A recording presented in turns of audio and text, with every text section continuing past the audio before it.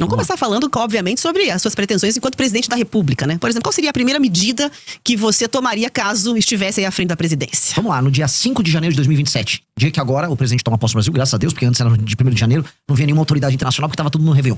Dia 5 de janeiro, o presidente tem que colocar, e é isso que eu farei nesse dia, o Brasil, especialmente nas áreas que estão hoje dominadas pelo crime organizado, em estado de defesa. E o que eu chamo de estado de defesa? É um estado especial proposto pela Constituição brasileira, que permite não só o presidente da República, mas as forças de segurança atuarem de maneira mais enfática no combate ao crime. Porque uma das coisas que eu venho falando em todas as viagens pelo Brasil é que a gente precisa retomar as áreas que hoje estão na mão do crime organizado e devolver para o Estado brasileiro. Ou seja, 23 milhões de brasileiros, de acordo com pesquisas e já saiu na imprensa também, vivem sob o comando do crime. E nós precisamos libertá-los. Hoje, sem o estado de defesa, a polícia, por exemplo, não pode entrar numa casa ou num comércio sem um mandado durante uma operação policial. E é lá justamente que se escondem os bandidos, especialmente as lideranças do tráfico. Precisa poder entrar, precisa capturar eles e desmontar o aparato do crime. Essa operação também não ficaria só circunscrita a bairros e favelas. A gente entraria no Porto de Santos. Inclusive, há suspeitas do Porto de Paranaguá, de atuação do PCC, um porto que fica aqui no Paraná. Porto de Pecém, por exemplo, lá no Ceará, ele está sendo alvo de uma tentativa de tomada agora do Comando Vermelho. Então, colocar áreas especiais dentro de um estado de defesa é a primeira ação para a gente retomar o território brasileiro. E isso não é apenas uma coisa enfática e concreta. É basicamente uma forma do governo brasileiro atuar de modo a recuperar milhões de brasileiros que estão fora desse pacto social, que é o pacto social da Constituição brasileira. Então, a principal preocupação seria a questão de segurança, porque dá para compreender com essa medida. Agora, quando se fala,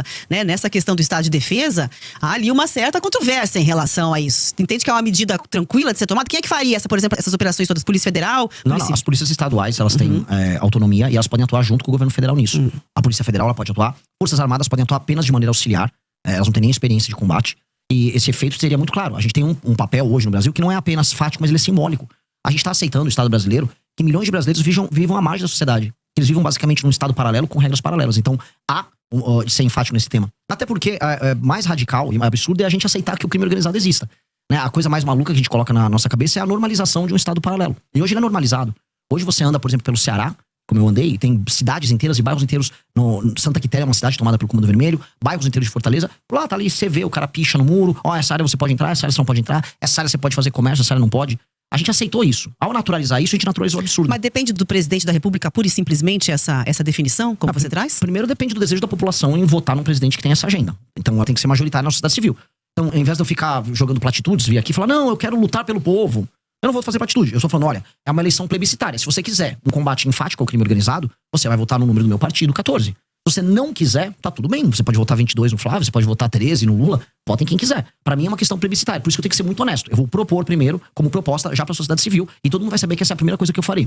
Segunda coisa, isso vai pro Congresso. O Congresso, que também foi nas eleições, eu venci essas eleições pautado por esse tema, aí deliberar e convencer e aí colocar em funcionamento. É um status permitido pela nossa Constituição. E eu acho que é um status que garante, inclusive, a cidadania de milhões de brasileiros. Portanto, é obrigação do Estado brasileiro fazer isso. Agora, o senhor falou dessa relação aí, falou rapidamente sobre essa relação com o Congresso. Como é que, se eleito for, o senhor está numa missão, partido menor, né? Com uma expressão hoje menor. Como é que o senhor pretende se relacionar com o Congresso e como aprovar suas medidas, caso o senhor seja eleito? Essa é a pergunta que eu mais ouço em todos os lugares. E eu fico feliz de ver esse tipo de pergunta, porque é uma pergunta que já está consonante ao universo das propostas. Ou seja, como é que você vai fazer significa que eu tenho algo para fazer. E isso me anima, e realmente todas as rádios eu ouço, todas as perguntas vão nessa linha, porque são medidas enfáticas. Pois bem, se eu ganhei a eleição para presidente da República, isso pressupõe que eu pautei daqui até outubro o tema político. Eu saí de 3, 4% nas pesquisas e eu fui para mais de 50%. Portanto, um congresso será feito e será composto não apenas com os parlamentares que vão ser eleitos pelo meu partido, que é a missão, que terá aí tranquilamente mais de 70, só pelo fato de eu ter sido eleito, mas também a gente verá inúmeros outros partidos, especialmente da centrão e da direita, elegendo seus parlamentares com esse tema. Porque se eu fui eleito por uma questão lógica, esse tema pautou os demais. Os parlamentares foram eleitos e esse foi um tema que os brasileiros consideram importante. Então eu acho difícil, especialmente nos primeiros 6 meses de mandato, quando há uma espécie de um beneplácito, uma boa vontade do Congresso para com o presidente da República, algumas medidas enfáticas que estiveram em campanha não serem votadas. Depois, eu não teria medo de fazer composição com alguns partidos. O critério seria, esse é o meu programa, esse é o programa que foi eleito, quer participar do programa? Deputado do Ceará, ou bancada do Ceará, vocês querem participar comigo da retomada do território do Ceará? Querem usufruir do lucro político, não lucro financeiro dessa operação? Estejam comigo, vamos trabalhar junto na mesma agenda. Então eu vou ser muito aberto em trazer eles para uma agenda positiva. Agora eu vou ser muito fechado em trazer aquela relação de compra de voto, a relação baseada na emenda. Esse tipo de relação política que se tornou a base, a relação corrente da política brasileira, ela é um elemento que nós precisamos ultrapassar, nós precisamos superar. E a superação disso vai passar por uma série de reformas que a gente vai precisar fazer ao longo do mandato também. Porque o mandato nosso tem que ser, e é isso que eu enxergo, um mandato essencialmente reformista. Eu vou pegar o Brasil no ponto A e vou colocar o Brasil no ponto B. E esse ponto B significa um Brasil que não tem mais crime organizado, que as leis penais e leis de processo penal vão se alterar, que a questão fiscal, ou seja, a questão econômica, reformas que mexam na forma como o governo gasta o dinheiro dele, que termina cobrando imposto caro das pessoas, seja resolvida, numa relação justa do Pacto Federativo, ou seja, vocês aqui no Paraná pagam imposto demais, mandam dinheiro demais pro governo, mas recebem de menos. Enquanto tem prefeito no Piauí não fazendo nada com esse dinheiro que eles recebem. Isso também tem que ser endereçado. Mexendo nisso, a gente não apenas melhora a vida das pessoas e melhora a questão econômica, mas eu mexo na correlação de forças com o Centrão. Porque no fundo a tua pergunta é pertinente, porque a gente sabe que nenhum presidente governa de verdade. E esse presidente não governa de verdade por quê? Porque existe essa entidade chamada Centrão. Uma entidade amorfa, que uma hora tá com o presidente, uma hora não tá. O que ela faz para estar no governo? Ela põe uma faca no pescoço e exige dividendos. Em geral, esses dividendos são financeiros. A gente tem que alterar o sistema de recompensa para que isso não aconteça com essa Mas intensidade. um desses dividendos também, que diz até a questão de ocupação do governo, né? Com ministérios, com autarquias, impostos chaves, normalmente que tem ramificação pelo resto do Brasil e um orçamento gordo. Como é que o senhor pretende, por exemplo, entregar pastas, ministérios importantes para partidos como o senhor falou do Centrão? Se for para fazer ocupação e cooptação, especialmente para dar o nome aos bois, vamos pegar aqui a Codevasf, a Companhia de Desenvolvimento do Vale do São Francisco. Que é disputadíssima. Sim, porque, inclusive, o Rio São Francisco, ele corre, né? Minas, vai Pernambuco, Bahia. Porém, ele foi, vamos dizer, de maneira fictícia levado até o Amapá, o Rio, só para que o Alcolumbre, né, que é do União Brasil, possa usufruir dos benefícios dessa empresa pública. Isso não pode acontecer, isso não vai acontecer. E, em especial essas empresas públicas que têm atuação no Nordeste, onde há uma presença maior do Centrão e onde há um uso político muito mais intensivo. Isso não será entregue. Essas empresas públicas não podem ser entregues, porque hoje elas são, vamos dizer, um vetor central de corrupção. Eu volto a falar, não tenho problema nenhum em trazer figuras corretas e sérias de outros partidos para participar do nosso governo. Porque esta é, infelizmente, a natureza do nosso modelo. Fazer um governo de que tenha coalizão é normal em todas as democracias. Agora, fazer um governo baseado em cooptação, como eles estão acostumados, não. Eu não vou fazer baseado em cooptação. E eu creio que é possível fazer isso. Eu creio que é possível você obter dividendos políticos, ou seja, um lucro político, ou seja, através das vitórias políticas de um governo, e não obter dividendos financeiros, que é o que esses caras querem. E a gente tem que... Aí, o cara quer obter dividendo financeiro, eu vou atuar junto com a Polícia Federal para todo mundo que estiver desviando emenda. Eu vou conversar com o Supremo Tribunal Federal, que tem inclusive investigações em curso, e nós vamos colaborar para que as emendas sejam investigadas. Porque não pode existir um governo que se baseia na compra e cooptação dos parlamentares. A gente está falando agora de emendas só das obrigatórias, mais de 60 bilhões nesse orçamento anual. E o senhor pretende mexer nesse vespeiro das emendas? Precisa. Como? Porque hoje o Congresso cooptou o orçamento do governo, né? Como é que o senhor pretende, qual que é a proposta que o senhor vai levar eleito para os congressistas com relação à emenda, que é uma moeda cara, custosa aos parlamentares? Se vocês me permitirem, eu puder estender um pouquinho mais nesse tema, esse tema é muito importante. É um dos temas centrais para mim. Por que existe a emenda e por que ela funciona? A emenda é hoje a razão de ser de um deputado federal no Brasil. Os partidos políticos elegem deputados, porque os deputados enviam para o partido político tempo de TV, fundo partidário e fundo eleitoral. Essa é a lógica. Portanto, o partido fica rico conquanto ele eleja esse número grande de deputados. E o que o deputado faz quando tá lá? A maior parte. Ele manda emenda para sua base, para inúmeros prefeitos que tocam essas emendas. O que eu chamo de tocar emenda? Ele rouba um pedaço, ele desvia para comprar voto na próxima eleição, trabalha com a cooptação de base, usando esse recurso. Esses prefeitos não entregam recursos para pessoas e não trabalham para melhorar a vida das pessoas. Segurança, educação, saúde, saneamento básico. Mas ele, no fim do dia, reelege aquele deputado. É um ciclo. Esse ciclo, que é o ciclo que faz com que o deputado dependa da emenda, esse ciclo precisa ser cortado. E o que nós vamos fazer, que faz parte da nossa grande reforma administrativa? Nós vamos dar o poder para os prefeitos. E como? O fundo partidário e o fundo eleitoral serão determinados pelo desempenho objetivo dos prefeitos com indicadores. E quais são esses indicadores? Melhoria, por exemplo, na cobertura de saneamento básico. Um município que tem 10% de saneamento básico foi para 20%, ou seja, fez linha de esgoto, tal, começou a atender essa área, ele ganha um ponto. Melhorou o desempenho no SAEB do município, ele ganha mais 2 ou 3 pontos. Ele soma esses pontos, pondera pelo tamanho da cidade, aí o partido recebe o fundo partidário e o fundo eleitoral de maneira equilibrada, dada a proporção do município. E se ele cumpre isso, também ele está autorizado a receber emendas. A emenda só vai para o prefeito que entrega. O prefeito que não entrega, não tem emenda. E o que acontece? Isso acaba com a necessidade e a energia que o deputado federal tem e mandar a emenda para o lugar que não funciona para desviar esse dinheiro. Então nós podemos muito bem transformar a emenda num sistema de incentivo a bons prefeitos. E aí eu empodero o prefeito, que é quem precisa ser empoderado, e eu tiro o poder do deputado nesse sentido. E aqui você tem uma tensão, essa tensão já existe. A frente dos prefeitos e a turma dos deputados vivem em conflito. E aí eu empodero o poder executivo, que é quem entrega as coisas para as pessoas dos municípios, e eu tiro esse jogo absurdo que tem na mão dos deputados federais, que é um problema. E hoje ainda mais um elemento. O STF tá indo para cima das lideranças partidárias que estão usando a emenda do orçamento secreto para comprar voto, para fazer desvio, estão ficando multimilionários. Há uma tensão ali, e essa tensão faz com que as principais lideranças do Centrão hoje estejam com muito medo. Eu vou pegar um governo em que esses caras vão estar com medo. Então aí é o momento da gente negociar. É o momento de baixa deles. Eu já ia perguntar 2 questões sobre isso para entrar na conversa. Primeiro, como é que vai combinar com os russos? Como é que vai combinar aí para não ter, né, digamos assim, uma devolutiva? A gente já viu como é que fica a questão de um governo que não tem viabilidade dentro do Congresso para gerir. E segundo, nem toda emenda parlamentar é ruim. A emenda que é obrigatória e que ela é cumprida de maneira transparente, ela pode entregar um papel. Agora, o orçamento secreto, ela é ruim. A emenda do orçamento secreto, assim, nada que precisa necessariamente ser secreto vai ser bom. Tanto que as entregas do orçamento secreto são sempre meio secretas também. O cara nunca divulga exatamente. E aí você vai procurar, você encontra empresas de familiares de parlamentares, empresas de familiares dos prefeitos. Empresas fantasmas. Empresas fantasmas de toda sorte. Mas não há um risco, por exemplo, dessa questão da governabilidade, o Congresso dar uma resposta em relação a isso, porque até agora não mostraram interesse nenhum, tanto na transparência quanto na questão de abrir mão dessas emendas. Ao contrário, só aumentam. Mas aí você vai precisar de um presidente da República que não tenha rabo preso com ninguém, que tenha força e capital político e que vai gastar o seu capital político fazendo essa medida que é uma medida não de governo, é uma medida de Estado. Essa é uma medida que altera o Brasil. Eu vou te dar um exemplo simples. Houve um presidente da República que já atendeu, vamos dizer, que já atacou o interesse do Centrão uma vez, de uma maneira muito clara, que colocava prefeito do Centrão na cadeia. Foi o Fernando Henrique Cardoso passando a lei de responsabilidade fiscal. Ora, o Fernando Henrique Cardoso conseguiu isso nos anos 90. Nós podemos conseguir isso também. Ou seja, se eu ganho a eleição presidencial e eu vou pra cima do enfrentamento ao crime organizado, a gente pode ver que tanto com o Bukele, o próprio Milei teve um pouco desse efeito, você ganha popularidade, você ganha capital político. A questão é, o que o presidente da República faz com o capital político que ele acumula? Alguns ficam, não, vou manter o tempo todo, que eu tenho que pensar na próxima eleição de prefeito. Se eu acumular esse capital político de popularidade e de respeitabilidade, eu vou gastar ele todo fazendo uma reforma que altera a dinâmica da política do Brasil. Porque isso vai impactar na qualidade das prefeituras, para a vida das pessoas nas cidades serem melhores, e vai mexer no sistema político para que o Centrão perca parte desse poder. Isso precisa ser feito. E eu vou ter apoio de inúmeros partidos. Veja, mesmo alguns partidos do Centrão vão preferir o meu modelo. Nem todo mundo no Centrão quer operar com esse modelo. Prefere um modelo, por exemplo, mais municipalista. Eu tenho certeza que se eu conversar com o Kassab, que é do PSD, ele vai preferir esse modelo. Então não é todo o Centrão que quer viver disso. Isso aqui é um modelo que o baixo clero do Congresso adotou, que é a forma que permite que um deputado, em geral, semi-analfabeto, burro, pouco comprometido com o funcionamento da cidade dele, desvie grana, põe um dinheiro no bolso e se reeleja com a compra de voto. Ou seja, o Brasil está sendo tomado por parlamentares e administrado por parlamentares absolutamente corruptos. São eles que não deixam o Brasil andar. E são eles que a gente vai combater. Então, mesmo dentro do parlamento, há quem seja contra, e nos prefeitos na sociedade civil, isso é facilmente, vamos dizer, isso é fácil de explicar e eu vou conseguir convencer. E eu vou gastar meu capital político com isso. Agora, candidato, o senhor falou aí, você citou o presidente de El Salvador, Bukele. Vê nele, ou o que o senhor se inspira, qual que seria a sua proposta para a segurança fazendo esse paralelo com El Salvador que o senhor citou? O que eu gosto muito dele foi o fato de ele ter sido muito enfático no enfrentamento ao crime organizado e ter entendido que território de uma nação é o território de uma nação. Não existe espaço paralelo, não existe território paralelo.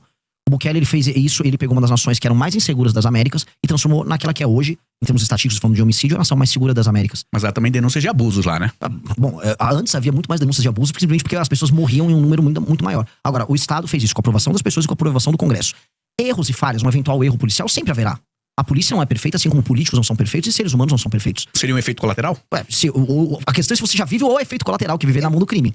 Se isso diminuiu e as pessoas perceberam que diminuiu, há uma vantagem objetiva. A gente tem que ser utilitarista aqui. A gente não vive no mundo perfeito. Mas na prática o senhor faria o quê? Na prática, saber qual é a proposta. Eu citei pra você já no começo da entrevista. Sim. Pra destruição do crime organizado, eu vou colocar o Brasil, as regiões tomadas pelo crime organizado. Isso inclui desde portos, áreas de fronteira, favelas. A longo prazo, já no curto prazo também. A gente tem que passar alterações nas leis penais, aumentando as penas, de maneira muito objetiva.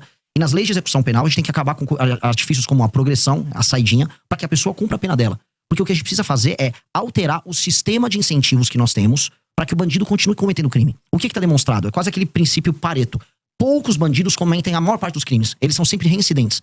A gente tem que combater a reincidência. Então, se a gente aumenta a pena muito e evita a progressão, aquela pessoa que comete um crime, a prática, ela vai ficar mais tempo na cadeia e ela, antes de tudo, vai ter medo de cometer esse crime para não passar a vida inteira dela lá.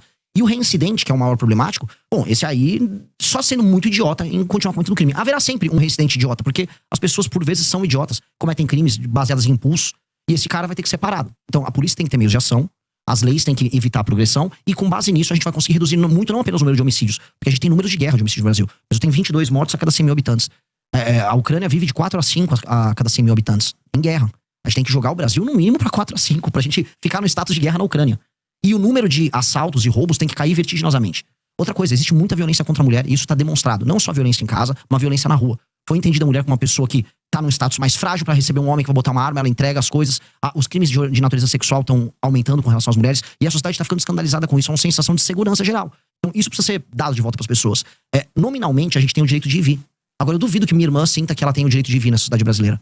O direito de ir e vir de uma mulher brasileira, ele é mitigado, ele é reduzido. O direito de vir uma pessoa que só quer andar com o celular dela no meio da rua e trabalhar, porque isso aqui é um instrumento de trabalho, não um objeto de luxo, também tá dirimido. Então eu tenho que dar à pessoa de volta os direitos fundamentais. Isso é um direito de garantia fundamental. Em grande medida, é isso que o Bukele ele garantiu para as pessoas de El Salvador. Por que ele teve uma votação tão alta? De maneira muito clara. Porque as pessoas sentiram que elas recuperaram direitos fundamentais. O direito de ir e vir faz parte do princípio da liberdade. A liberdade de vir, a liberdade de expressão. E ela foi entregue para essas pessoas. E isso para as pessoas dá um valor muito grande. Então o brasileiro precisa ser devolvido o seu direito de vir. Agora, como é que o senhor pretende, por exemplo, combater o feminicídio que o senhor está citando aí, que tem uma natureza de crime de dentro de casa, da pessoa próxima, de um marido, de um ex-marido, de um namorado? Como combater esse crime? É só aumentar a pena? O aumento de pena ele tem um efeito cascata sobre praticamente todos os crimes, tirando alguns crimes que são cometidos por pessoas que agem de maneira doentia e irracional. Mas o senhor pretende aumentar? Você precisa ter, lógico, mas todas as penas no Brasil concernentes à violência, elas precisam ser aumentadas. E mais, todos os reincidentes, porque em geral, o homem que bate na mulher em casa, ele faz isso de maneira reincidente. Ele cria um sistema abusivo de relação com ela. E, em geral, quando você pega o passado dele, também costuma ter essas relações abusivas com as mulheres anteriores. Então, se esse cara tiver passagens pela polícia, por ser um reincidente, por ter tomado uma condenação antes, aí a situação dele piora bastante. É lei e ordem. E aí a gente pode trazer, por exemplo, sistemas de fiscalização. Hoje, São Paulo, é uma coisa que a gente tem que trazer pro Brasil inteiro.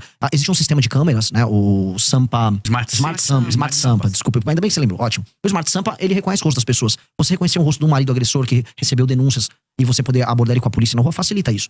Infelizmente, agora o Brasil tem que tomar um banho de lei e ordem. E esse é um elemento que eu preciso que as pessoas que estão nos vendo entendam. Primeiro começa com lei e ordem. Você não institui uma disciplina que vira cultura apenas educando. Primeiro você tem que ter uma norma vem com uma sanção. Isso se transforma em disciplina e vira cultura. Um tipo de um exemplo que não tem a ver com violência, mas tem a ver com cultura. Há uma cidade que eu visitei no Rio Grande do Norte chamada Acari. Lá durante o Império, você veio um decreto lá na prefeitura de Acari e avisou, olha, se você não varrer e não cuidar, não deixar limpa a fachada da sua casa, você vai tomar uma multa. Tô falando do século XIX, período imperial. As pessoas tinham medo da multa, aquilo se tornou um costume, virou uma cultura, da cultura virou orgulho. A cidade é um brinco até hoje. Singapura era assim, uma cidade de pescadores destruída, um local muito pobre, com brigas étnicas entre religiões diferentes e matrizes étnicas diferentes. Veio uma liderança, essa estabeleceu lei e ordem de maneira muito intensa. Da lei e ordem veio a cultura, e da cultura veio uma grande nação. A gente vai ter que começar, a meu ver, com lei e ordem, precisa ser com lei e ordem. Candidato, seguinte, tem já se aproximando aqui dos 10 minutos finais, eu quero falar sobre economia, acho que é importantíssimo de ouvir o que você pensa, o que o senhor pensa aí para a economia na presidência do país. Vamos lá, o Brasil é um país que ele é extremamente injusto para com quem trabalha e produz. Se você tá nos ouvindo agora e tá indo pro trabalho, tá rodando de Uber, tá fazendo uma entrega, tá em casa produzindo alguma coisa pra mandar pra fora, muita dona de casa faz isso, você entende que você trabalha, você fica uma parte pequena do fruto do teu trabalho, e mais, você se sente injustiçado, porque você vê uma massa cada vez maior de pessoas que recebem benefícios, e você fala, poxa, às vezes eu sou pobre, tô ganhando pouco, uma pessoa tá recebendo um benefício sem merecer, ou um juiz tá ganhando um penduricário gigantesco, tirando 200 mil reais por mês, ou eu vejo uma grande empresa recebendo benefício fiscal, e aí acaba nem entregando o serviço, você fala assim, pô, o que tá acontecendo? Eu estou sendo um otário, sim. Se a gente olhar na letra fria da lei, o brasileiro comum que trabalha e produz é um otário. E isso tem que ser invertido. A nação brasileira tem que ser amiga de quem trabalha e produz. E isso tem que ser alterado urgentemente. Isso funciona desde o Pacto Federativo, que pune estados que trabalham e produzem, que pagam mais impostos, tá? Até o cidadão pequeno, que é um entregador. As pessoas mais pobres pagam mais impostos. E onde eu vou começar? Eu e o nosso deputado federal do Partido Missão, Kim Kataguiri, a gente já protocolou uma PEC que faz a grande reforma fiscal brasileira, que mexe desde renúncias fiscais fraudulentas que existem no Brasil, até super salários, até penduricários do judiciário, até aposentadorias exageradas de militares e membros também do judiciário, mexe também em emendas parlamentares, ou seja, ela vai mexer em inúmeros temas, inclua aí, até peço, inclusive eu faço um desafio para os próximos pré-candidatos, porque eu falo aqui, tem que ter uma outra reforma da Previdência, haverá e vai precisar ser feito, a nossa já inclui, e eu quero ver os outros falarem, porque se não falar e ficar escondendo na campanha de desonestidade, também deixo esse desafio, porque não vai poder continuar mantendo o BPC, que é o benefício de prestação continuada, da forma como tá, crescendo como tá, vai estourar as contas públicas, a gente vai precisar normatizar isso, existem muitas fraudes envolvendo isso, e com isso eu preciso achar 200 a 300 bilhões de corte de gasto no orçamento. Aí a pessoa, pô, o que isso resolve? Primeira coisa que resolve, a curva de dívida do Brasil diminui, isso é muito importante, e aí eu vou poder baixar os juros. E aí as pessoas vão começar a ver que o dinheiro delas vale mais. As pessoas vão poder pegar empréstimos, as pessoas vão poder fazer financiamento, as empresas vão poder se financiar. E ao regular isso, aí começa a ter espaço para investir, com marcos regulatórios que eu vou incluir junto, ligados a aumento de competitividade, maior liberdade laboral, maior investimento em infraestrutura, especialmente infraestrutura de estradas e rodagens. O caso de vocês no Paraná é o mais bizarro. Os estados mais ricos do Brasil e as estradas são horrorosas. Eu quase morri vindo de Cascavel pra Ponta Grossa. É meio assustador um negócio desse, porque eu não estava na Paraíba, eu não estava no interior do Maranhão, eu estava no Paraná, um lugar que paga a conta do Brasil. E, pois bem, no Paraná as estradas são piores que as estradas do Ceará. Eu vi isso, e isso é absolutamente ridículo. Então, como resolver isso? Fazer essa economia que eu falei, e aí vai sobrar dinheiro para investir em estrada, que é basicamente infraestrutura para o Brasil. Com essa infraestrutura aumentada, o custo do Brasil diminui, o dinheiro diminui, o custo do dinheiro, porque eu vou ter baixado os juros. E com base nisso, a economia brasileira passa a ficar bem mais competitiva. Especialmente nesses setores agora, eu olho aqui Centro-Sul, onde a gente mora, eu sou de São Paulo, vocês são aqui do Paraná, não precisa de grandes projetos governamentais.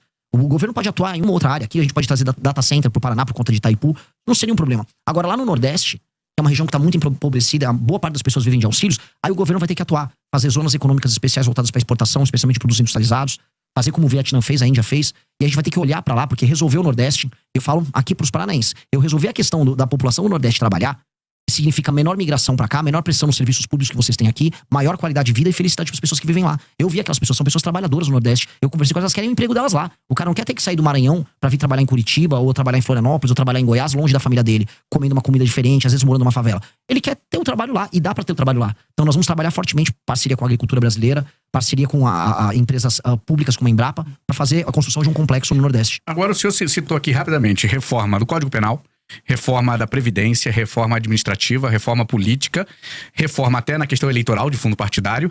E a do Judiciário, o senhor acha que é necessário, o senhor candidato eleito, que o senhor faria? Os privilégios do judiciário, tô falando, assim, vamos começar pelos privilégios dos penduricários. Essa reforma nossa já endereça. Ela já tá lá, a gente vai ter que mexer nesses privilégios, porque eles são ilegais. A gente vai ter que atestar a ilegalidade e cortar a ilegalidade. É que, né, quem vigia, o vigilante é o judiciário, e ele não quer ser vigiado por ninguém, porque ele mesmo faz os próprios privilégios. Nós vamos ter que usar o Poder Executivo com um projeto bem claro pra coibir isso, acabar os penduricários. Agora, quando eu vou falar de outro tipo de abuso do STF, do Supremo Tribunal Federal, aí eu vou precisar ser muito claro. A gente vai precisar tomar medidas que alterem a dinâmica atual. Por exemplo, a gente tem que acabar com essa farra das decisões monocráticas. 83% das decisões são monocráticas. Outra farra que tem que acabar é a farra dos escritórios de advocacia ligados a ministro do Supremo. Mas isso não vai competir, por exemplo, não vai ficar, desculpa, até a competência do Congresso? Vai ser feito pela presidência? Mas o presidente, junto com a sua bancada, podem fazer isso. O governo federal pode atuar junto com o Congresso para projetos que podem ser de iniciativa tanto do Congresso quanto da presidência da República. E aí, o presidente da República tem que botar sua força política nesse projeto. Sua força de convencimento. Outra força de convencimento que ele precisa ter. Nós precisamos ter um foro, o tal do foro privilegiado que hoje é o STF, deixou de ser uma ferramenta da democracia. Pra galera entender, ele foi desenhado lá no final da ditadura, pro começo da redemocratização, como um instrumento que protegeria os deputados de uma perseguição que eles poderiam ter de juízes nos seus estados. Dá até pra entender a necessidade do foro especial. Só que hoje ele é um instrumento que o STF tem o Senado, que é justamente quem pode fiscalizá-lo, na mão. Então a gente vai fazer diferente. Vamos criar um foro especial, um foro pequeno, sem contratar ninguém. Você seleciona via sorteio desembargadores, randomicamente dos estados, eles ficam 2 meses no mandato, e eles julgam as ações oriundas do mandato dos parlamentares. Rotativo, e um magistrado não pode julgar um parlamentar do seu próprio estado. Simples, retira do STF essa prerrogativa. Também a gente tem que fazer uma coisa no STF que é um absurdo. A gente tem que inserir uma coisa que tem nos Estados Unidos, que é o filtro de acesso. Ou seja, hoje todo mundo pode entrar com uma ação, uma DIN lá no STF, todo partido político, sindicatos, associações com presença nacional. Isso tem que ser cortado. Só ações de natureza constitucional podem parar lá e ser aceitas lá. Hoje no Brasil o STF toca 8 mil ações, enquanto a Suprema Corte Americana só 50. Isso tem que ser alterado. A gente tá chegando ao fim da entrevista, mas preciso perguntar da composição do seu ministério e se haverá redução. De forma bastante breve, já tem nomes para os ministérios. Faria que tipo de reforma falando, então, na questão ministerial? Haverá redução de ministério, especialmente porque hoje o ministério é um instrumento de cooptação e de proteção jurídica. Você ganha, vamos dizer, foro especial saindo do ministro da República. Haverá redução. Mas isso não é, eu preciso falar, isso na maior parte dos casos é uma medida que tomam pra fazer marketing. Tipo, olha, reduzir, veja como tô economizando. Você não tá economizando muita coisa, mas você sinaliza que você vai ter uma administração mais racional. Uma coisa que eu vou fazer, que economiza bastante em termos de máquina pública, é inserir machine learning e inteligência artificial em boa parte do serviço público, especialmente na parte da saúde, instituindo o prontuário único. São medidas que racionalizam o gasto e melhoram muito a eficiência. Então isso vai ter um efeito muito legal, muito positivo. E aí, falando em termos de corte de gasto, pra trazer um tema até jogar de provocação pros demais pré-candidatos, especialmente os da direita, quero saber quais são as empresas que eles vão privatizar. A gente tá falando de maneira clara, os Correios precisam ser privatizados, tá? E empresas públicas que não apenas são deficitárias, mas que não apresentam resultado prático pro Brasil, nenhum ganho pro Brasil, elas precisam ser privatizadas ou encerradas, porque hoje elas viraram instrumentos de cooptação. O senhor, pelo que eu entendi, deu aqui umas estocadas na esquerda, na direita, mas o senhor, para chegar à presidência, possivelmente vai ter que passar por um segundo turno. Aceita apoio de quem vier, da esquerda, da direita? Rejeita algum? Como é que vai ser seu posicionamento? Eu rejeito o apoio de pessoas que sejam corruptas, até porque hoje no Brasil a coisa mais comum é você receber apoio. Mas a gente tem corrupção dos dois lados. Não, mas eu não estou fazendo distinção de lado. Até porque os escândalos de corrupção no Brasil, especialmente do Master, não tem lado. Tá todo mundo Pois ali. é. Por isso que eu tô muito tranquilo. Eu não tenho nada a ver com isso. E hoje a coisa mais comum é você nem precisar pedir apoio. Hoje, os corruptores, eles batem na tua porta pra te comprar. Então eu vou ser muito cuidadoso nisso. Apoio político, quando sincero e honesto, não se rejeita. Independente de cor partidária. Depende de cor. Agora, eu sei assim, a esquerda nunca vai me apoiar. E se ela vier me apoiar, eu tenho que desconfiar do que eu tô fazendo, que eventualmente eu tô fazendo uma coisa de errado. Dito isso, apoio sincero de pessoas honestas é bem-vindo. Nós precisamos criar uma aliança em todo o Brasil pra tornar o Brasil um lugar melhor. E vai ser difícil. Tudo que eu falei aqui é necessário. E nada que eu falei aqui é radical. São coisas normais que nós precisamos fazer pra tornar o nosso país um lugar melhor. Só que o normal que eu falei aqui, ele se torna difícil porque nós somos um país em que tudo é difícil. Eu tô disposto a colocar minha vida nisso. Eu vou dedicar os melhores anos da minha vida pra me tornar o Brasil um país sério. E eu vou fazer isso com ou sem apoio das pessoas da máquina partidária brasileira. Candidato, 1 minuto pra falar com a nossa audiência. Qual câmera eu falo? Qual câmera? Aqui, da frente. Aqui, meus queridos amigos, o Brasil, ele foi desenhado como um país injusto com você. E você talvez não tenha ideia do quanto você tá perdendo morando aqui. Talvez você não entenda que ao sair da sua casa pra ir trabalhar, você tem que pegar um celular e você sabe que o celular pode ser roubado a qualquer momento. Você sabe que ao entrar no seu carro, você vai ter provavelmente um insufilme pro bandido não ver as coisas que tem dentro do carro. Sua casa, se você mora numa casa, tem um muro. Se você mora num prédio remurado, vai ter um porteiro. Talvez ambos tenham uma cerca elétrica. Sua esposa já tem medo de andar na rua porque elas podem ser alvo de todo tipo de ataque, desde o violento até um ataque de natureza sexual. E você vai e volta e tem o seu dia todo determinado pelo medo de ser roubado e acha talvez que seja natural. O que eu quero avisar é que nada disso é natural. Você pode viver num país que você é livre e que você tem que ter homens corajosos que não tenham o rabo preso com ninguém, dispostos a tornar a tua vida melhor. E é isso que eu tô pra fazer. Não posso pedir teu voto nesse instante, mas eu posso pedir pra que você me conheça. Não confie em mim nem nos demais. Apenas veja e analise pelos atos e pelas ações. E com base nisso, forme teu julgamento. Muito obrigado.